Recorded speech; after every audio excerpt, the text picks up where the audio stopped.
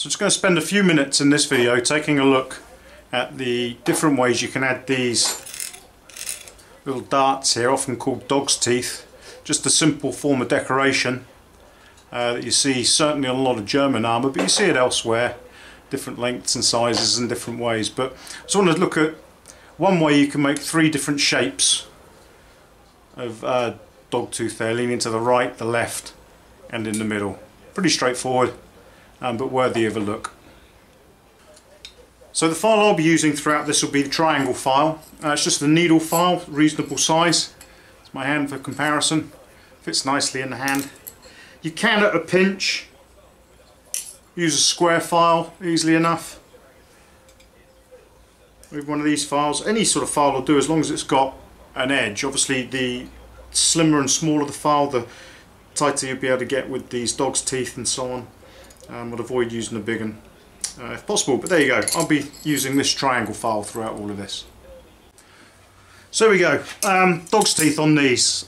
Really straightforward. This is just an old lame that I made the wrong size. I've just pulled out from the scrap heap.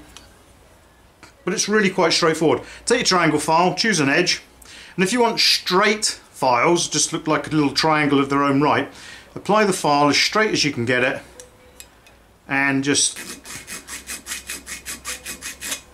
give it a go like that, and there you go. You'll end up with a series of those. So let's just do a couple quick.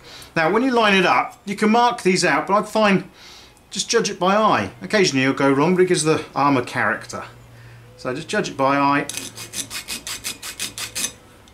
And again. When this is all polished, they glint really nicely in the light and make the armour look quite special. So there you go. So there's some straight ones. You can do little things like make the one in the middle a bit longer or whatever, just by angling your file down.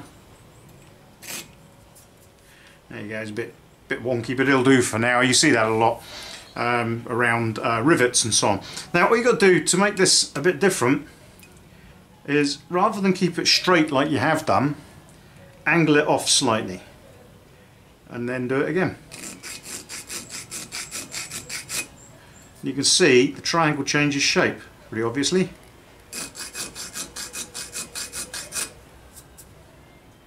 And you get a different look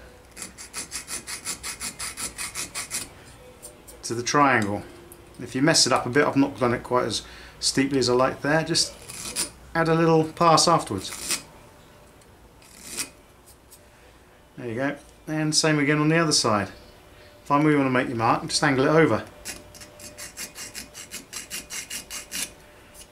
I prefer to do these ones stood round behind where the camera is, because I'm right-handed and I find it a bit cack-handed, but it works. Line yourself up, make a mark and then just angle it over. Find a mark, angle it over, and I've got video evidence now. I think I'm more or less in the right ballpark with each one. Try to do the same amount of movements each time on the file, because then if you're keeping the angle the same, you'll end up with reasonably similarly shaped triangles, or the teeth on the piece. Whereas if you go to town a bit more, you might end up going through it or something. But there you go, it's really straightforward. You can add a little bit of class where appropriate. Don't cover the whole surface of the armour in them, for heaven's sake. And do it, I find, once you've done your first clean up with say 80 grit or something like that, pop these in, and then when you bring them back there, you'll clean them. You won't clean them away too much, and you'll get a nice crisp edge to them. But they add a nice little bit of glint to your armour, and they're seen all through harnesses in the past. So worth spending a bit of time, have a practice and get it done. Nice and straightforward.